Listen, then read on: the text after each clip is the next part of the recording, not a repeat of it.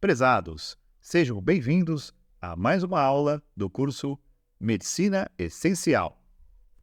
A aula de hoje é sobre diabetes mellitus tipo 2.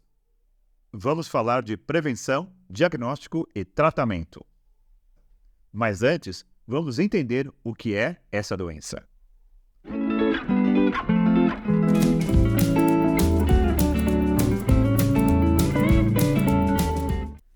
De início, um esquema do nosso ator principal, o pâncreas. É um órgão que fica na cavidade abdominal, logo atrás do estômago, anexado ao duodeno. Tem função exócrina, produz o suco pancreático encaminhado para o duodeno, e endócrina, que é o que nos interessa agora, onde ele produz dois hormônios, insulina e glucagon, que possuem funções opostas no controle dos níveis de glicose no sangue. Quando os níveis de glicose diminuem, a secreção de glucagon aumenta e aciona o fígado para que este libere glicose na corrente sanguínea. É o que acontece se você fica muitas horas sem comer. Quando ocorre um aumento da glicemia, a insulina é secretada pelo pâncreas para promover a entrada de glicose nas células. A insulina é como se fosse uma chave que abre a porta para a glicose entrar. Desta forma, as células têm combustível para produzir energia, o famoso ATP. O diabetes tipo 1 está relacionado a uma ação do sistema imune que danifica o pâncreas, afetando, logo de início, a produção de insulina. Já no diabetes tipo 2, é diferente. Esse tipo de diabetes costuma acontecer mais frequentemente em pessoas com mais de 40 anos e está muito relacionada à resistência à insulina e, ao longo do tempo, deficiência parcial de sua secreção pelas células beta-pancreáticas, gerando aumento de glicose no sangue. O diabetes tipo 2 é o mais comum. Está frequentemente associado à obesidade e ao envelhecimento. Mas, na verdade, as causas são múltiplas. Podem incluir tendência genética e, principalmente, estilo de vida. É possível prevenir e, em algumas situações, como na pré-diabetes, até reverter. Algumas medidas podem ajudar significativamente. Evite bebidas alcoólicas. Elas podem prejudicar o bom funcionamento do pâncreas. Corte o cigarro, inclusive o eletrônico. Extremamente deletério para a sua saúde como um todo. Dieta saudável, mais vegetais, menos açúcares e menos alimentos processados. Converse com o médico ou nutricionista. O profissional da saúde precisa saber onde você almoça, que horas volta para casa, etc. Cada pessoa precisa de uma dieta individualizada. Controle o peso. O sobrepeso pode gerar resistência à insulina e irá sobrecarregar o pâncreas. Existe uma condição que predispõe à doença. Vale a pena mencionar. É a síndrome metabólica. Ela se caracteriza por um conjunto de fatores de risco. Grande circunferência abdominal. A gordura visceral gera uma condição inflamatória propícia para o desenvolvimento da diabetes. Hipertensão arterial. Altos níveis de glicemia. É importante verificar se a pessoa já está pré-diabética ou diabética. Colesterol alto. O termo usado aqui é dislipidemia. Temos aí um quadro relacionado com a resistência à insulina e associado também com uma série de patologias. Essa síndrome predispõe ao surgimento não apenas de diabetes e hipertensão, mas também de doenças do coração, esteatose hepática, gota, doença renal crônica e, em mulheres, síndrome do ovário policístico. Em alguns casos, é reversível. Tratamos com mudança no estilo de vida, atividade física, dieta e, em algumas situações específicas, com medicamentos também. A diabetes pode ser silenciosa e não apresentar sintomas muito explícitos. Por isso, o exame de glicemia no sangue é utilizado. Mas, por outro lado, se esses 4 sintomas estiverem presentes, poliúria, excesso de urina, polidipsia, excesso de sede, polifagia, muita fome e perda de peso, neste caso, temos uma situação bastante sugestiva. Vamos entender essa tabela.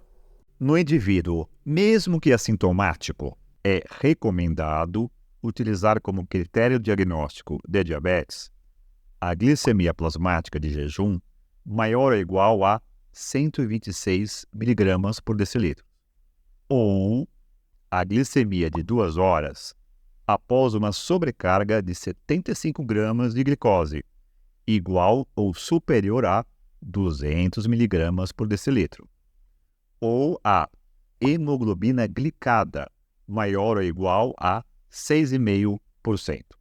É necessário que 2 exames estejam alterados. Se somente um exame estiver alterado, este deverá ser repetido para confirmação. Nem sempre o exame está correto. Pode ter acontecido alguma alteração. Alguma infecção pode interferir no resultado. Você pode ter passado algum nervoso antes do exame. Isso pode provocar alteração. O seu corpo ativa um mecanismo que pode aumentar a glicose sérica. Algum medicamento pode alterar também, corticoide, por exemplo, mas não para de tomar nenhum medicamento sem orientação médica. O tempo de 8 a 12 horas no caso da glicemia de jejum. Se fugiu dessa faixa, aí pode haver alteração. E erro laboratorial pode acontecer.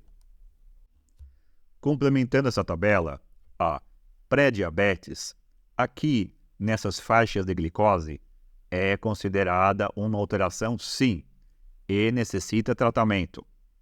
A conduta mais eficiente é a mudança do estilo de vida, dieta, atividade física e, em algumas situações, o uso de algum medicamento também, como por exemplo a metformina.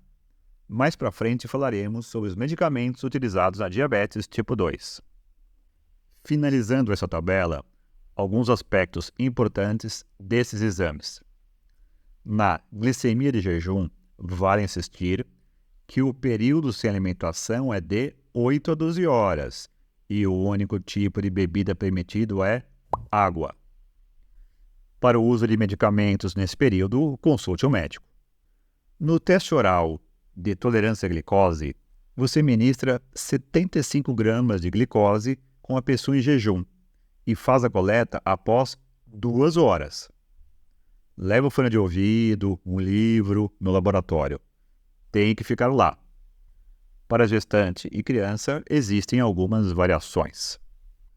O teste de hemoglobina glicada é bastante interessante. Ele fornece uma estimativa da quantidade de hemoglobina que está ligada à glicose para os últimos 3 a 4 meses. É um exame útil, não apenas para o diagnóstico, mas para o seguimento do tratamento. O médico pode estabelecer um alvo, uma meta. Por exemplo, manter a hemoglobina glicada abaixo de 7%. Aqui o médico precisa ficar atento se o paciente possui alguma doença que interfere no tempo de vida das hemácias. E se a pessoa apresentar sintomas, aqueles que nós já vimos, poliúria, polidipsia, polifagia, e perda de peso. Colheu glicose aleatória, deu mais de 200, está feito o diagnóstico. Aquele teste da picada, o hemoglicoteste, normalmente não é usado para diagnóstico, mas é uma ferramenta importante para acompanhamento da doença. De início, costuma-se administrar 1 ou 2 medicamentos. A metformina geralmente é o primeiro deles. Este medicamento, da classe das biguanidas, por vezes é prescrito já na pré-diabetes. Lembrando que a alteração do estilo de vida, incluído aí dieta e atividade física, é fundamental tanto para a pré-diabetes como para a diabetes. A metformina diminui a produção hepática de glicose e melhora a sua captação. Pode causar algum desconforto digestivo, mas esse efeito é contornável. Existe um tipo de metformina que pode atenuar esse desconforto. Pode gerar algum nível de diminuição na absorção da vitamina B12. Importante acompanhar. Existem algumas contraindicações que o médico precisa considerar. Por exemplo, alcoolismo, alterações na função renal. Numa situação de tomografia com contraste, precisa suspender o medicamento, doença hepática e etc. É a droga de primeira escolha, não sempre, mas quase sempre. E havendo necessidade de uma segunda droga, o médico vai analisar as características do paciente para definir qual deve ser utilizada. Aqui é importante acrescentar que a gente não deve tratar apenas a doença. Devemos tratar a pessoa como um todo. Existe, por exemplo, uma correlação entre diabetes e doenças cardiovasculares. A escolha do medicamento precisa levar isso em conta. Medicamentos adicionais. Glitazonas. O exemplo aqui é a pioglitazona. Melhora a captação de glicose. Sensibilizadores de insulina. Mas ela engorda. Pode gerar edema e tem, entre suas principais contraindicações, insuficiência cardíaca, risco de fraturas e doença hepática, mas é utilizado no tratamento de esteatose hepática. Análogos de GLP-1, liraglutida, de uso diário, semaglutida, geralmente de uso semanal, o famoso Ozempic, inibem o apetite e geram um incremento de insulina. Ambos de uso subcutâneo. Ambos têm indicações tanto para diabetes tipo 2 como para obesidade. Efeitos adversos: náuseas, vômitos. Contraindicações: diabetes tipo 1, gravidez e lactação e algumas alterações renais. O Ozempic tem sido utilizado de maneira indiscriminada para emagrecimento. Cuidado! Sem orientação de um profissional da saúde, ele pode gerar alterações bastante indesejadas no seu paladar, na sua saúde, etc. Inibidores de SGLT2. Drogas que promovem glicosúria, glicose na urina, porque elas diminuem a reabsorção renal, tanto da glicose como de sódio também. Exemplos: dapaglifosina e empaglifosina. Ajuda a perder peso e também é benéfico para pacientes com risco cardiovascular.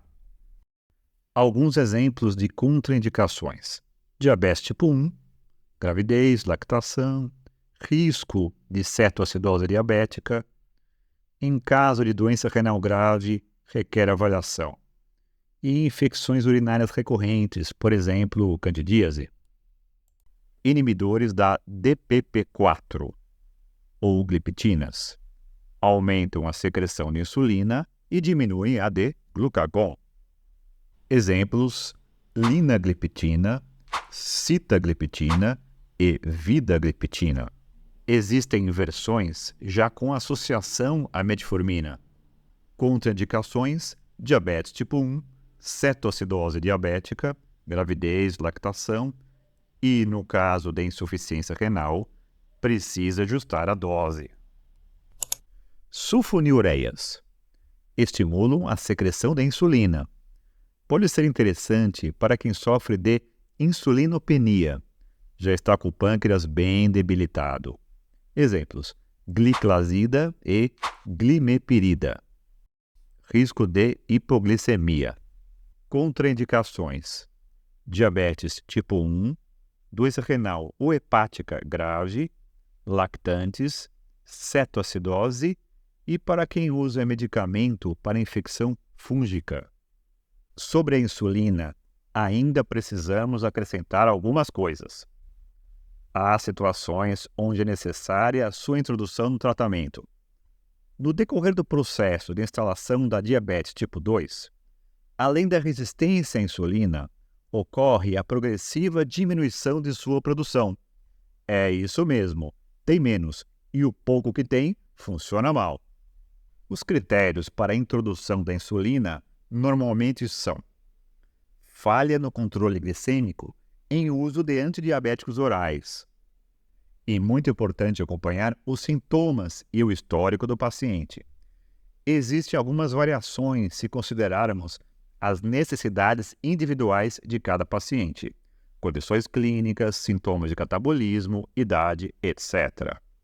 E finalizando, a diabetes tipo 2 mal controlada pode acarretar inúmeras complicações crônicas. Entre elas temos doença arterial coronariana, doença cerebrovascular, retinopatia, nefropatia, neuropatia e pé diabético. Além da hipoglicemia e da cetoacidose.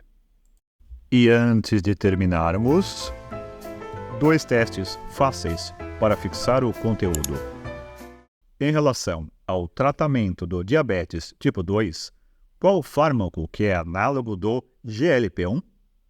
Glicazida, pioglitazona, semaglutida ou dapaglifosina?